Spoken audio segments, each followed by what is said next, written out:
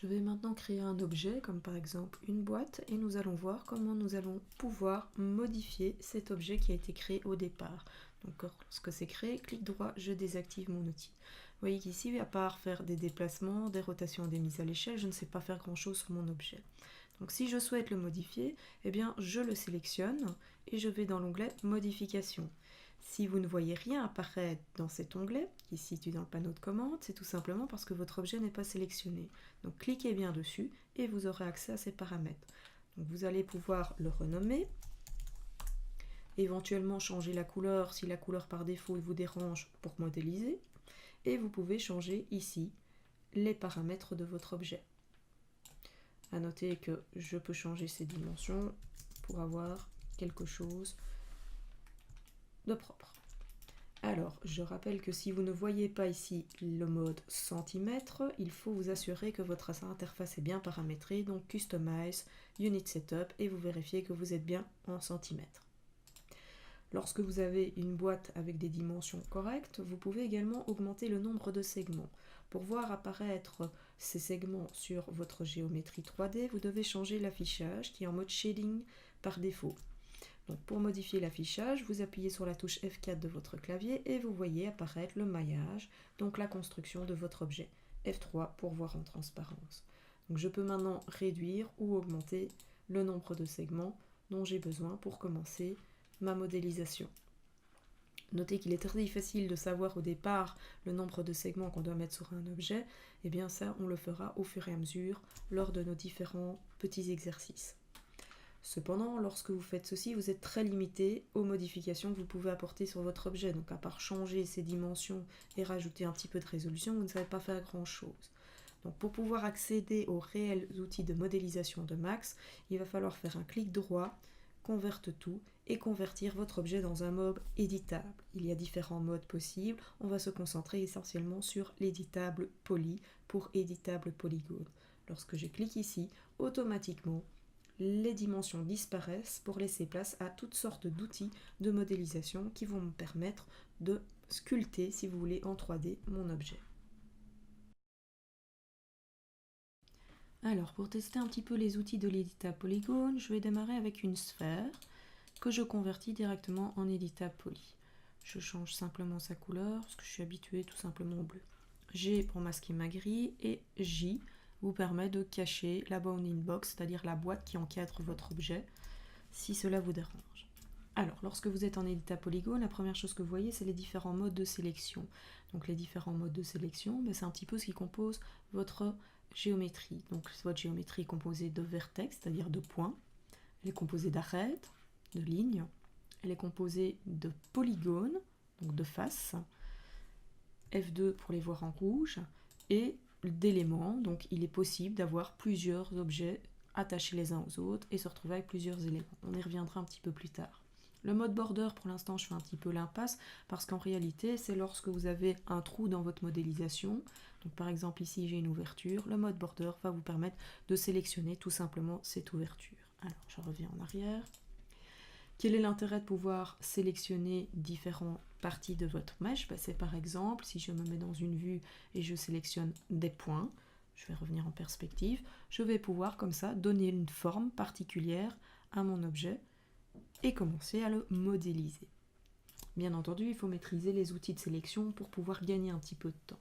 Alors, vous remarquez qu'en mode point, ainsi que dans les autres modes, je peux faire un cadre de sélection, mais je peux également cliquer une fois sur la partie qui m'intéresse et avec la touche CTRL ajouter des éléments à ma sélection.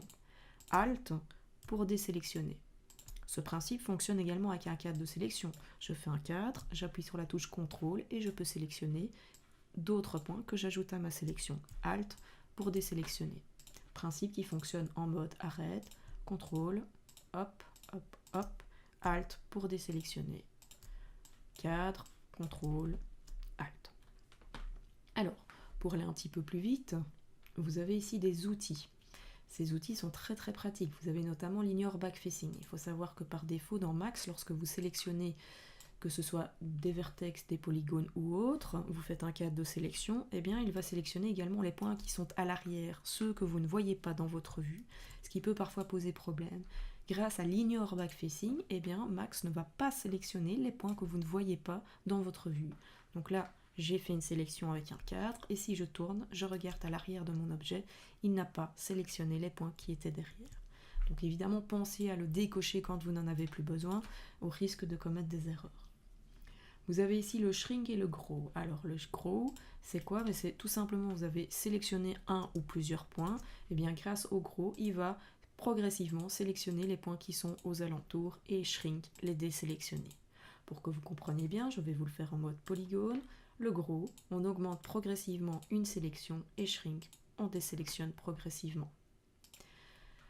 Si vous allez dans la partie Edge, vous retrouvez le shrink et le grow, et là vous avez deux paramètres supplémentaires, le loop et le ring. Le loop va vous permettre de prendre une arête dans sa continuité. Donc si je prends une arête et je clique une fois sur loop, vous voyez qu'automatiquement il prend toute la continuité de cette arête. Évidemment, il s'arrête lorsqu'il rencontre un point final ou une intersection. Pour aller plus vite, vous pouvez faire un double clic sur une arête, ce qui vous permet de la sélectionner rapidement en faisant un loop. Vous avez ensuite le ring qui va vous permettre de prendre des parallèles.